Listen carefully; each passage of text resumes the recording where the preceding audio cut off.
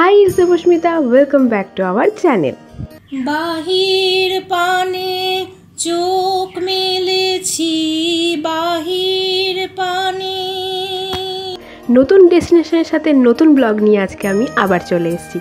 আজকে আমাদের ডেস্টিনেশন হলো পৈলান মন্দির, যেটাকে স্বামীনারায়ণ মন্দির বলেও আমরা সবাই চিনি। তাহলে আর বেশি কথা না বাড়িয়ে চটপট দেখে নিই এই মন্দিরে কিভাবে যাব এবং এই মন্দিরের হিস্ট্রি।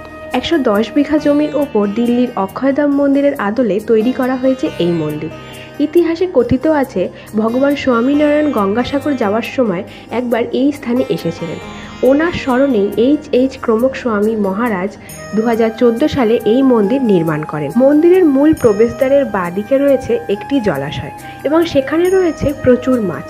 আপনারা চাইলে ওদেরকে ওখানে খেতেও দিতে পারেন। এই মন্দিরে বড় traveller bus, mini bus, auto, private car, two wheeler সব কিছুরই পার্কিংয়ের ব্যবস্থা রয়েছে এবং প্রত্যেকটা পার্কিং চার্জ আলাদা আলাদা। মেইন প্রবেশদ্বার দিয়ে ঢুকে ডান দিকে সেই পার্কিংয়ের জায়গা রয়েছে এবং বাঁ দিক দিয়ে চলে যেতে হবে মেন মন্দিরের দিকে। মন্দিরের বাইরের অংশে ফটোগ্রাফি ভিডিওগ্রাফি অ্যালাউ থাকলেও গর্ভগৃহে কিন্তু কোনো রকম ফটোগ্রাফি ও ভিডিওগ্রাফি একদমই অ্যালাউ নয়। এই মন্দিরে সারাদিনে 5 বার আরতি হয়।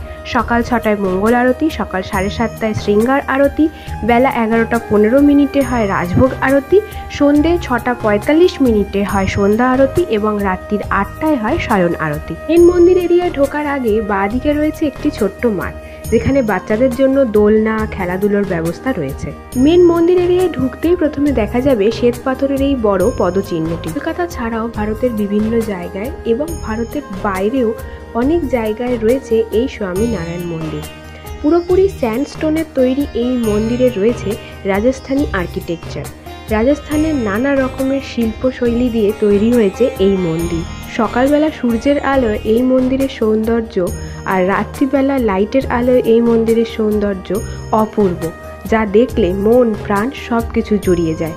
এই মন্দিরের ভেতরে ফটোগ্রাফি ভিডিওগ্রাফি যেরকম অ্যালাউ নয়, তার সঙ্গে সঙ্গে এই মন্দিরের আরেকটি নিয়ম হলো এখানে এলে আপনাদের এমন জামাকাপড় পরে আসতে হবে যাতে কাঁধ, পিঠ এবং হাঁটুর নিচ অবধি ঢাকা থাকে। এবার জেনে নিই এই মন্দিরে কিভাবে আসবো।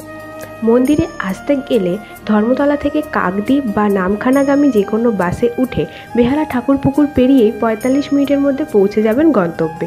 ট্রেনে করে আসতে হলে শিয়ালদা থেকে মাঝেরহাটের ট্রেন ধরে মাঝেরহাট স্টেশনে নামার পর পৈলানগামী যে কোনো বাসে উঠলেও আপনারা চলে আসতে পারেন এই মন্দিরে।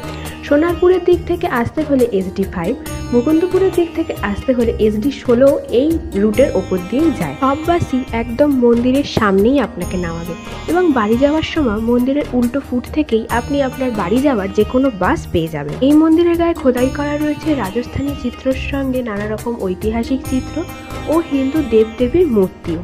গর্ভগৃহের ওপরের অংশে রয়েছেন ভগবান স্বামীনারায়ণ, অক্ষয় বর্মন স্বামী, রাধাকৃষ্ণ ও বিভিন্ন হিন্দু দেবদেবী শ্বেত পাথরের মূর্তি এবং নিচে রয়েছে স্বামীনারায়ণজির স্বর্ণ মূর্তি, যেটাতে আপনারা চাইলে অভিষেকও করাতে পারেন। মন্দিরের নিচের অংশ তৈরি হয়েছে হোয়াইট মার্বেল আর কাঁচ দিয়ে, যেখানে ভগতজি মহারাজ, শাস্ত্রীজি মহারাজ ও যোগীজি মহারাজের মূর্তি রয়েছে স্বামীনারায়ণজির স্বর্ণ মূর্তির সাথে।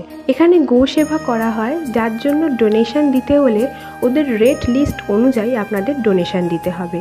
মন্দির প্রেমিসেসের মধ্যে রয়েছে একটি বুক অ্যান্ড গিফট স্টল, আর রয়েছে প্রেমভাতি নামে একটি রেস্টুরেন্ট, যেখানে সমস্ত রকমের ভেজ আইটেম পাওয়া যায় এবং নিজস্ব চাষ করা কিছু র ভেজিটেবলও এখানে বিক্রি হয় মন্দির প্রেমিসেসের মধ্যে। এখানে ভোগ থালির দাম হলো 150 টাকা।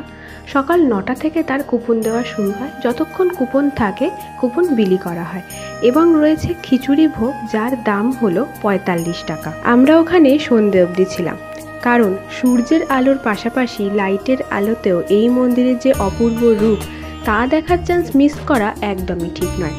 আপনারাও পারলে সেই রূপ দেখে আসবেন।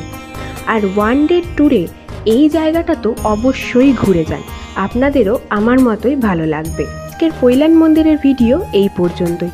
ভিডিওটি কেমন লাগলো সেটা অবশ্যই কমেন্ট বক্সে জানাবেন। আমার চ্যানেলে নতুন হলে চ্যানেলটিকে সাবস্ক্রাইব করে বেল বাটনে অল নোটিফিকেশান অন করে রাখার রিকোয়েস্ট রইল, যাতে আমি ভিডিও দিলেই সবার আগে আপনাদের কাছে পৌঁছে যায়। আর ভিডিওটি ভালো লাগলে অবশ্যই একটি লাইক করে দেবেন আর প্রচুর শেয়ার করে দেবেন। আজকের মতো এই পর্যন্তই। আবার দেখা হবে নতুন একটি জায়গায়। সবাই ভালো থাকবেন, সুস্থ থাকবেন, আনন্দে থাকবেন। টাটা।